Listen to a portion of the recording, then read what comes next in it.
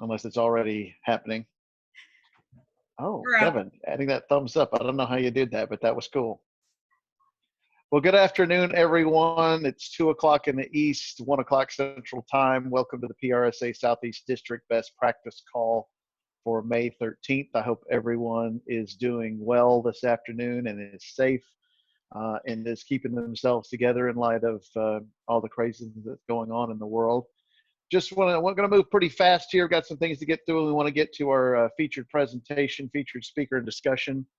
So, Andrea, if you wouldn't mind taking a moment here and telling us which chapters are on the line with us. Great. All right. I'm going to run through the chapters, and if you are here representing that chapter, if you would speak up, I would appreciate it. So from Alabama, I think I saw we have Kevin on the line. Is that right? Yes, ma'am. Great. How about from Charlotte? Yes, Natasha. Hi, Natasha. Georgia? Denise, and Elizabeth, and Caroline, and Wonderful. Thank you all for joining us. How about Lookout? We're here. I'm sorry, I'm not looking at the screen. Who is that? Is that Amanda? Kelly Allen. Great. Thank you. How about from Memphis? I'm Sarah. Who is that? Kim. Kim. Oh, of course, Kim. Thank you, Kim. I hope you're here. From Nashville, I think I heard Meredith chime in. That's right. All right. Anyone else from Nashville? Great. North Carolina. All right. South Carolina. How about South Georgia? Anyone from the Tar Heel chapter? Tri-Cities? Yes, Mary Ellen Miller's here. Hi, Mary Ellen. Volunteer? Scott Brooks is here if nobody else is. Scott, thanks for joining us. And finally, Western North Carolina. I'm here, Janet Oppenheimer, and there might Hi, be Janet. another person or two coming on the call. Oh, great. Thank you all for joining us. Colin is here. Colleen? Oh, there's Emily. Great. All right. Thank you all for joining us today. Thanks, Andrew. Appreciate it. Glad everybody could be here, and certainly welcome folks. Want to welcome a special guest. We have Dr. Denise Hill, APR. She is a member of the PRSA National Board of Directors. She's with the Elon School of Communication, and we are happy to have you here for our conversation, Dr. Hill. Thank you, Brad. Very happy to be here. Hope everyone's doing well. Thanks for that. Want to put a shout out here. If you're already thinking about 2021 next year, we are opening nominations for the 2021 PRSA Southeast District Board. We'll keep that open until mid-June, at which point we will do some interviews and try to put a slate in front of the chapter presidents by mid-August with a vote on that by mid-September, so that the board was in place by the 1st of October ahead of assembly and rally in whatever form they end up taking. Positions include the president-elect, secretary, treasurer, communications. We also have 2 director at-large positions that will come open. So if you are interested or you know someone in your chapter who may be a good fit, who may be interested in doing something different, doing something more from their leadership development and their volunteerism, we would certainly be happy to have those conversations. You can shoot me an email. You can reach out to any of the board members. Would love to have a great team now, and we certainly want to leave it in good hands for 2021. So I'll put that in the email that goes to all chapter leaders following this meeting. But if you're interested or have an inkling, certainly encourage you to have that conversation, and would love to have a whole host of folks that we can consider for next year's board. I do want to talk about some upcoming chapter events. I just did a quick scour of chapter websites and understanding the constraints that we are under. There's some great programming. Kelly, I want to give shout out to the Lookout chapter. I sat in on the video conferencing, the video production webinar last week. I thought it was excellent. Nice job there. Some other great programming ahead. Georgia has one on internal communications that is happening this week. May 21st, a hot spot for our chapters. We've got one in North Carolina, the Tri-Cities, the Tar Heel chapter. Nashville just put out a promotion for its late May programming, dealing with the onslaught of crisis. In this case, you had the pandemic, but you also had severe weather, tornado strikes in Tennessee. And so the American Red Cross there is going to provide some insight on how you balance these two enormous crises going on. And then in late May, Charlotte has its virtual connect on employee communications. So I encourage you to check those out. One of the great things about these virtual programs is that they are available to you, whether you live in the chapter or not. And certainly folks have opened those up to wider audiences. So I encourage you to check those out either with live or with the later on-demand replay. But some great programming out there. And as a leadership, yesterday the board met and we've talked about some opportunities to provide some district-wide programming, really nationwide programming based on some topics that we haven't yet seen. So we're putting more out about that. Want to get to today's topic, which is engaging members as best you can under these circumstances, and particularly students who are kind of in a no man's land when it comes to engaging with their professors, engaging with fellow students, engaging with professionals, whether that comes in the form of internships or now that they may have graduated or soon to graduate with potential job opportunities.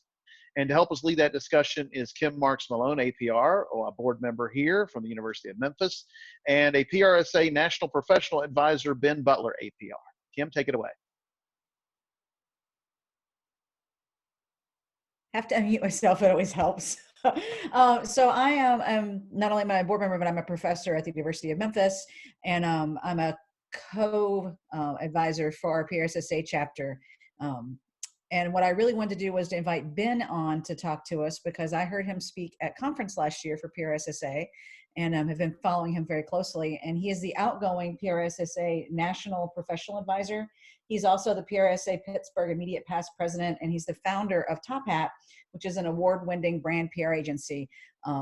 He's a great speaker, and I wanted to have him come on and give us some maybe tips and tricks from his perspective, working with the PRSSA national students on how we can better engage with them as a chapter and kind of bring them along as they become professionals. Ben?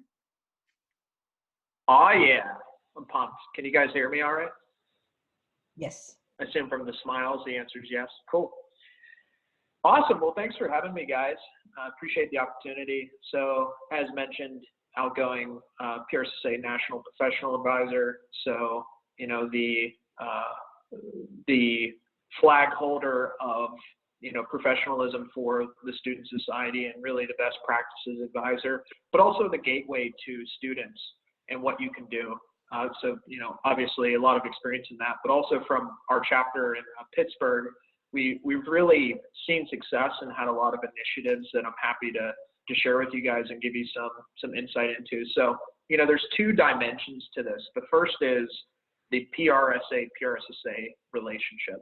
And then the second one will be the non-PRSA-PRSSA relationship, because, you know, as PRSA chapters, we're trying to retain more than PRSSA members who are graduating. Obviously, the retention rate is really a big initiative right now from a national perspective, but there are a lot of students who A, don't have chapters, or B, are not part of that, and we can't manage down to that granular level, so we want to cast a wide net. So from the PRSA, PRSSA level, some things you can do right away, and, you know, we're in wild times, as I'm sure you all know, but, you know, all of these can be digitized. So, you know, as I go through some of these, I'll talk about the various layers, but, you know, assuming some in-person component and some virtual component at some point. But the first thing you can do, the easiest thing you can do as a chapter, as a professional, as a whatever, is to make contact with the PRSSA faculty advisor for the school, the chapter, what have you. They are really the gatekeeper. And to put it into perspective, I would say that 65% of chapters don't know their professional advisor or haven't talked to them in a very, very long time. So the professional advisor is usually the weak point on the board. And it's the faculty advisor who is filling in the forms, doing the budgets, getting the school permission, and all of those sorts of things. So you want to make contact with that faculty advisor first and foremost, and really do your best as a PR professional. You know, a component of what we do is nurturing relationships. That's what it's all about. Keeping that fresh on the vine and making sure that you're remaining relevant and that your successor and successors are remaining relevant as well, and making that intentional effort to keep that relationship going. The second thing, and this is something that is before my time and I can't take credit for, is to build recurring event formats. And it's something that at PRSA Pittsburgh, we do extremely well. We have a natural built volunteer system where anytime we're hosting a really big event like our Renaissance Awards, we have all the chapters commit volunteers, and what it does in its place is builds relationships with both our board, but also the face-to-face of the professionals who are walking in and are greeted by a volunteer who has a great conversation, or so forth and so on. So we have these recurring event formulas where every year it's the same need, where we need volunteers. And even if we go purely digital, we're going to need people to do the presentations. We're going to need people to run the presentations. We're going to need help and support in various capacities. So this really permeates through virtual versus not in terms of that. But we also have a recurring event that is dedicated to students and young professionals called PR Summit, and we market it exactly as that. It's not for the medium or the tenured professional. It's very much for the entry level and the student, the soon-to-be graduate. And so that's an event that, a lot of times as a chapter, what we can do is, alienate students in a lot of ways with our events, where we're trying to cast a wide net. And, a lot of times our challenge is, how do we hit the senior pros? How do we hit the mid-senior pros? And sometimes what happens is we miss the really entry-level people, the students. And so by building an event, a recurring event as well, that can get them on the volunteer level where they're able to put forth some effort and get some credential experience out of that, but also something that's geared towards their development, you're going to begin to build relationships that transition into internships, that transition into retention into your chapter and things of that nature. The third thing I would mention, and there's two more here under the PRSA, PRSSA bucket. I'm trying to keep it, nice and tight. So, some quick points here is to dedicate a board position. Traditionally, at PRSA Pittsburgh, and traditionally with the chapters that are really nailing it, they have an entire position dedicated to, student outreach and relationships, because I'll tell you what, it is a lot to handle.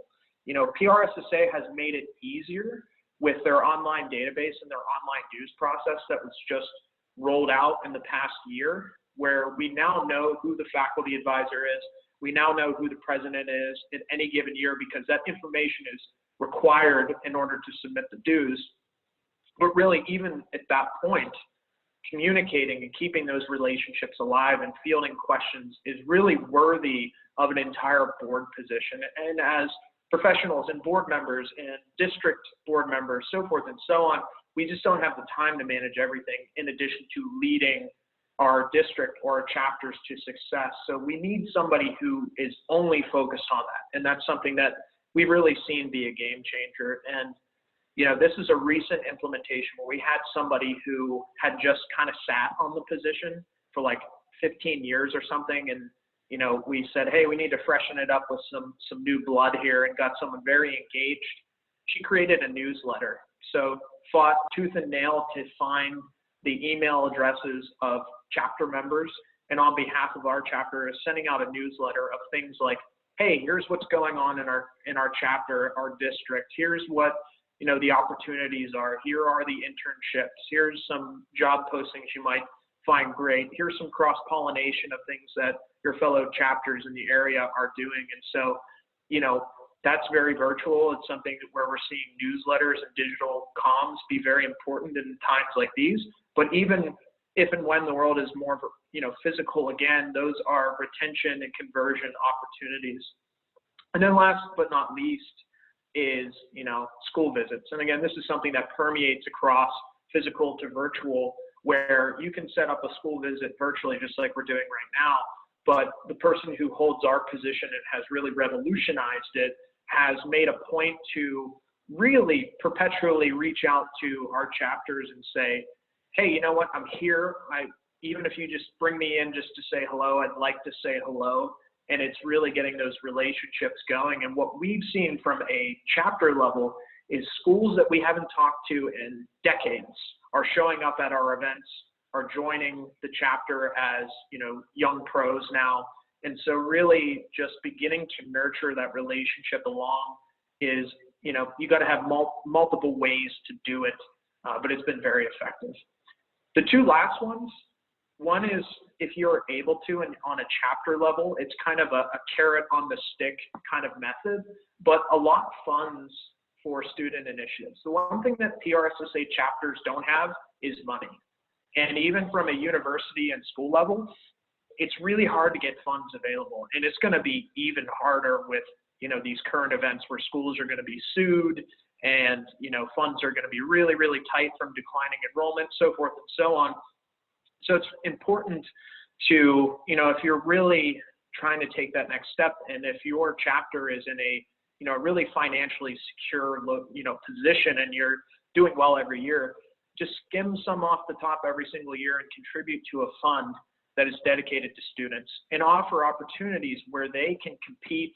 If it becomes very popular, they can compete and apply for the money for attending events.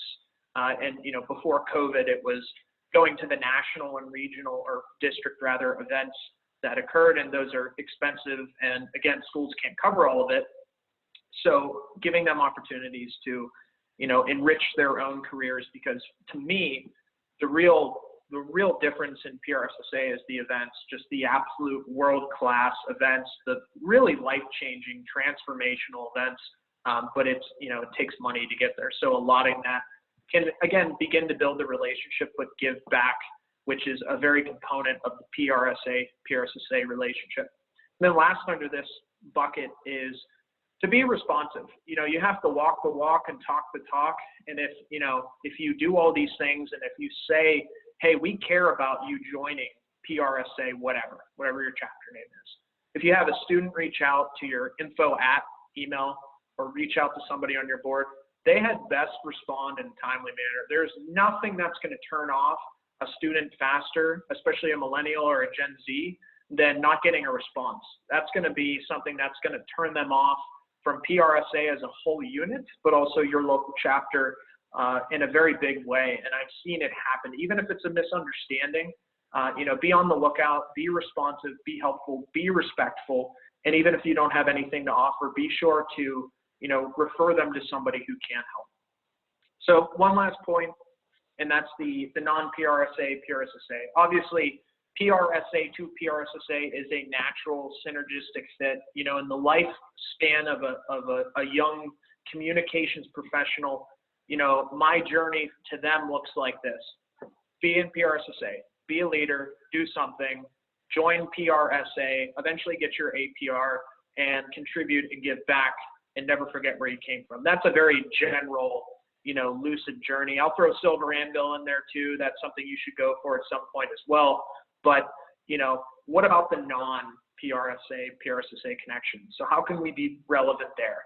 So a natural fit for that is, one, super easy. Reach out to whoever the communications department chair is. Offer the chapter as a resource. They're always looking for, guest speakers, lecturers, resume reviewers, so forth and so on. So it's important to open yourself up to the communications department chair, and you can even superset this, as I would say, where you can take, your PRSA, PRSSA connection, and you can, sometimes the comm chair of the department or even the director of PR at the school is disjointed from that, especially depending on size. So you might want to try both of these. But even for one that doesn't have a chapter, that's a great relationship building opportunity. And then suddenly these are students who didn't have PRSSA that are now converting into PRSA. So that's one way. The second way under this is to, participate with the Career Development Center. So a lot of schools, they have their Career Development Center, and their job is to get people jobs. And so if you can offer yourself as a resource to review resumes and portfolios, and also to extend your job posting and the job postings of your professionals and colleagues, it's a great way to get relevant and in front. So those are some quick tips. And I don't know if there's any time for questions, but I certainly have time for questions. Thanks, Ben. The only thing, this is Kim again, I would jump in and say, if you're not familiar with the champions, the PRSSA champions, I would, on an individual level, it's a great way to support students kind of in the big picture. So you can join, be a champion, you get newsletters, you have an opportunity to interact with students. Right now, the champions are doing small group virtual meetings with students. And then every year at the International Conference for PRSSA, they have the champions host a breakfast where they bring in PR professionals who are champions, and they try to sit as many PR professionals with little groups of students as possible for a big breakfast where it's all about just networking, getting to know the students, and being a resource for them. And the other thing I would say is if you are co-located with a university or with a school, PRSA, if you don't know, has a certificate for students. It's kind of the entry-level baby APR. Students who are within 6 months of graduating either side are eligible to sit and take this exam. And it's very, very similar to the APR process as far as you need to study for it. You don't have to put together a portfolio like the APR process, but you study for it and you sit and take an exam. And if your chapter has some folks who are willing, the students always are looking for resources for studying for that exam. So I know if you have an opportunity possibly just to do a workshop, or maybe spend an afternoon or an evening on a weekend or a weeknight, 2 or 3 hours just going over the KSAs with the students and kind of refreshing them on the things that they have probably learned in school, and it should be kind of fresh in their head, but sometimes they have trouble putting the concepts into practice. So anytime a professional can sit down and help them understand that as they prepare for their exam is always a really good way to build that relationship too, because they will not forget it that, PRSA chapter, whichever, helped me out with that process. Yeah, those are great add-on points for sure. I think, PRSA as a whole and PRSSA as a whole, quite frankly, guys, we have way too many programs, in my opinion. That's my opinion only, disclaimer. But the champions for PRSSA and that organization and group led by Gary McCormick and a few others, it's a really good one. If you're going to pick one, that's probably the one that I would do is yet another step to cross boundaries from your local chapter to a more national level, and to open yourself up to students who, aren't necessarily from your own backyard, but could be from, South America even, and some of those chapters down there. So those are excellent ads. I have one thing that I want to suggest as well to engage with students. Most universities in their either PR or strategic communication, whatever they call the major, most of them have a course that is usually done in the senior year, in which students have to apply everything they've learned in the past 4 years, and they have to develop some sort of PR campaign or strategic communications campaign for a real organization. So instead of simulating something which they may have done as first-year students or sophomores, when they're seniors, there is usually in which they have to, and they usually work in teams, they have to develop a real campaign. It simulates an agency RFP process. So professors who teach that course, I'm one, and currently teaching it right now, professors who teach that course are always looking for clients or organizations where students can develop campaigns. And it's a win-win for the students because they get a great learning opportunity. It's a win for the organization because you would be getting, depending on how many student teams there are, in my class there are 4, you would be getting 4 communication campaigns for you to use and a number of outstanding ideas for you to use in any way, shape, or form that you see fit. So I've had some clients who have actually implemented some of my students' ideas. So if there are within your own organization, or if you're an agency, if you would like to partner with a university and be the client for a campaigns class, that is a great way to engage in students.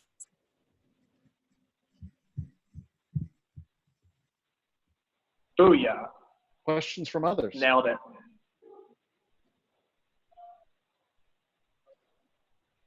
I have a question. This is Kevin Storr, and I know that Gen Z is definitely the, digital natives and all that, but would they tune in to, say, regular meetings via Zoom? Like, we're all accustomed to this now, and I know they use, say, Canvas or Blackboard or other stuff in school, but if we're having like our luncheon meeting for our chapter, that's difficult for a lot of students to get to during a school week. Do you foresee, or do you see that they would be open to attending a meeting virtually, or do they prefer that face-to-face? Yeah, it's a really interesting situation. I think, in general, students are pretty reluctant to attend board meetings, although they should absolutely be invited to do so. I think actually attending virtually tears down a barrier where they don't have to worry about travel. They don't have to worry about, the way they look and how they feel about themselves and things of that nature. It's a very intimidating situation to walk into a room of 12 professionals. That can really scare you quite a bit. It's a little less intimidating to hop on via Zoom. So I would say it's probably more likely, but I think the invitation should always be open. But I think I would use more approachable, maybe more tactile events in place of that if you're going to do something. Where it would be, whether it's a resume review or some, 101 type stuff, like how to pitch, how to do research. Those are the kind of things that I would do in its place, because you only have a certain amount of attention and currency with students. So I would probably spend it more on stuff like that. But, I think we will see a shift where students are going to be more able to be a fly on the wall in a lot of conversations with this digitization that we're facing right now. Thanks. Appreciate it. Oh, yeah. Other questions?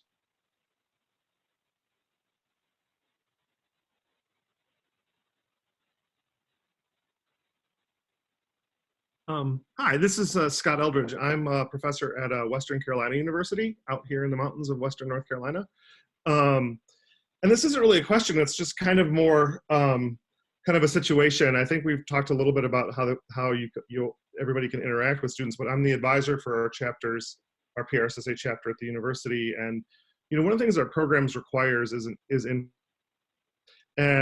I, in the last couple of weeks, have put out a letter that went to the chapters across North Carolina that said, I've had students that have spent this last year trying to arrange for summer internships that have now been canceled due to the current situation. And there was today in the Chronicle of Higher Education an article about student internships suffering in this current situation. And I think that communication work lends itself quite a bit to be done online and remotely. And I sent this plea out that said, please, consider taking on a student intern. It's like I said, for our program, it's required, and most other ones it is as well. And I'll be honest, and I also reached out to the national office. I sent something to the communications person of the national office that said, could there be some kind of a plea that goes out to the membership of the various organizations? And I'll be honest, I've gotten kind of, and I understand, and maybe this is a big ask, I'm just asking for a note to kind of go out to the membership and somebody to kind of address this particular problem, just to say that it's there and be aware of it. And I've gotten kind of, less than stellar results, to be honest. I only had one chapter kind of respond to me outside of my own home chapter here in Western North Carolina. So the home chapter here, we're trying to work on, but like I said, some of the others and from the national office, I haven't really gotten much. So I'm just, again, kind of making the plea to put the message out there to the membership. Remember student interns. It's probably one of the things that they need the most. And in terms of kind of motivating them to be part of PRSA and continue on to PRSA after they graduate, it's the interaction with professionals is so important. And when we have events where we have somebody come and talk, or we go out on kind of an outing and we meet with somebody, you can see their world change. all of a sudden they go from just being students and reading about things and hearing about things in the classroom to having it become very, very real. The light bulbs go off and it changes their lives. Like they suddenly get a much more crystal clear view of the kinds of things they want to do. They get much more excited to go to things like National Assembly and to the International Conference and things like that. So anyway, that's just kind of my plea. I want to out there and make folks aware of in this time. I know it's a little crazy, and taking on student interns is kind of a lot of work. We in our chapter, we're looking to start kind of a mentoring program and trying to figure out what does it take to actually take on a student intern or to mentor students. And we're going to try and put something for our local membership here in Western North Carolina around that. But I think it's something that nationally needs to be addressed as well. Yeah, I think that's it's a relevant point. And full disclosure, guys, I have to pop off after this. But just to address that really quick, the national professional advisor in me to offer the commentary is that the communications sphere is getting hit in ways that no one ever thought was possible, and it's kind of a roulette match right now where our agency is doing quite well, but I know many of my colleagues had to lay off their entire staff. They have no money coming in. And so, it's everybody's losing, I think, where the students, they're not having those internship opportunities, but it's because these companies are literally losing their livelihoods. So, it is a problem that needs addressed in a creative way. And, I'll pass the message up the chain for sure, because I think a plea is a good idea for sure. But, I would maybe put it back on the university and say, guys, the world has changed. There is no business out there. These companies are literally closing and shutting down. Maybe we need to reevaluate our curriculum. And I live in the Wild West of entrepreneurial land and, for-profit business. And I know we can shift, and I know how hard it is for organizations and universities to shift. So I know that's a big ask in return, but I think we all need to be thinking creatively about what the solution is, because there won't be enough internships available right now and probably for the foreseeable future, because the economy and these businesses are effectively destroyed and they have nothing to offer because they have nothing coming in at all. So, it's a lose-lose situation for sure. I just think we all need to be creative, and it's a real thing. It's a scary thing. And hopefully we can all come up with the solution. But I appreciate the ability to speak with you guys. You can grab my information from Kim. She can pass it along if you have further questions and all that good stuff.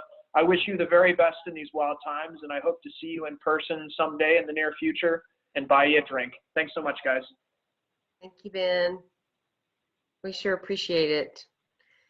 I think I wanted to add to that, even though, Scott, it wouldn't be formal internships. We were talking on a call yesterday, and Mindy, you brought up that one chapter, and these aren't students, these are chapter members, but they're actually volunteering during COVID communications efforts. Am I getting that right, Mindy? I'm not sure I said that yesterday. Yeah, we do have some chapters that are doing some volunteer efforts in their communities for some of their nonprofits. Is that what you are talking about, Andrea? Yes, I thought it was the Hawaii chapter that they were. The Hawaii chapter, and I don't know if they're still doing this, but early on, back in March and early April, members of the chapter were volunteering to serve in Hawaii's Joint Information Center for the COVID crisis. And we're hearing of other chapters where they're doing some kind of pro bono work in their communities as well. So that's doing something like that might be appropriate for some students. That could be an opportunity for them also. Right. I think even though, Scott, it's not a formal internship, there are creatively, as we think of this, maybe there are some opportunities right now, especially with COVID communications going on from a state level and even local government level, for students to volunteer, to see some real world communications. Oh, absolutely. I mean, I think, one of the things that we do quite quite a bit is we are very focused on being a community engaged university. And so most of our courses throughout the curriculum have some kind of community engagement or component where we'll work with local nonprofits or other businesses. I think that, yes, in terms of trying to get creative, I certainly agree. And I understand that there's lots of businesses out there that are hurting. But I also understand the fact that there's probably more of a need for communication now than ever before. And to have a student kind of working, even if it has to be an unpaid internship at this point, seems like there's a lot of opportunity in things like nonprofit, in things like healthcare. Some of those retail organizations that are just now figuring out how to come back online. And as some of the restrictions are being eased, yet they still have to, and they can reopen their business, but they have to kind of figure out, you know, how do I change my operation and how do I let my customers know that? So I'll be honest, I disagree a little bit that I know it's tough out there, but I also think that in terms of being creative, you know, believe me, at the university, we're being very creative across the board with a whole lot of things in terms of how we deliver the curriculum and how we involve our students. I've made pleas to our own marketing and public relations people to take on students as well in this time, because we certainly need it in education, and there's more communication than ever that needs to happen. So I think there's actually a lot of opportunity. And the plea is just for folks to at least consider it. Again, I understand the uncertainty of the time, but I also think that it's communication people, and I firmly believe this, and I try to instill this in my students, is we're the ones that make everything happen. Everybody else, you know, I make the joke all the time that certainly our healthcare people save lives, but what we do is help our healthcare people do their job better. So we're just as important. Good, very good point, valid point. Hey Scott, this is Kelly Davis. I'm at the University of South Carolina, and I wanted to share something that we're doing in the School of Journalism, because we recognize the same problem that so many of our students were having internships canceled this summer. And so we gathered our faculty across our sequences, public relations, advertising, journalism, and visual communications, and we have created what we're calling a media hub. So it's a special summer section of our regular internship course that students can participate in from wherever they're located at this time. But our goal is to really create kind of a hands-on experience for them, to tell the stories of what's happening in our local community, whether it's COVID-19 related or not.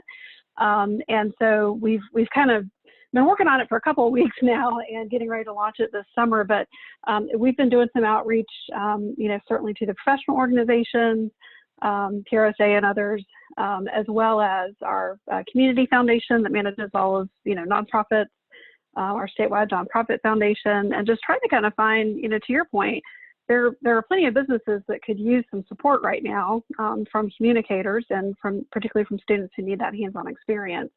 And as we know, of course, you can't just do away with the Commission on Public Relations Education requires them to do that internship and supervised work experience, so we can't just, you know, ignore it. But that's one thing we're doing. I'd love to connect with you offline and share a little bit more about what we're doing if that's helpful, but we're just kind of looking at it as an opportunity to, you know, let our students get some experience while also lifting up the stories of, you know, what's happening in our community and where the needs are. Yeah, and I'll be honest, you know, what I'll also, the caveat I'll put to all this is that, you know, we're a program that has about 200 majors at any given moment across 3 different concentrations. And from a public relations perspective, there's 2 of us. So we have to teach the entire curriculum. We have to advise all the students. We have to arrange for community engagement projects. We're serving on the boards of things like this to be connected to our community. And then we're also helping to try and figure out internships and creatively do all this. So part of this is just my own kind of selfish plea that, you know what I need, right, in order to be able to deliver to my students what I think they really need. This connection with PRSA is kind of just so valuable. And that's why I kind of put the plea out that you know, we need some help. So. Anyone have anything to add to that? Thank you, Scott and Kelly. All right, good program today, Kim. Thanks for setting this up. On the screen here, you'll see Brad has shared a slide about the Assembly Delegate webinar coming up Friday, May 29th at 2:00 Eastern, and the agenda for that. So keep that in mind. And thanks, Scott. He just sent his email around. So thank you. If no one has anything to add, we will wrap up this meeting. Thank you all. Good luck with everything. Keep up the good work. Andrew, thanks. Bye.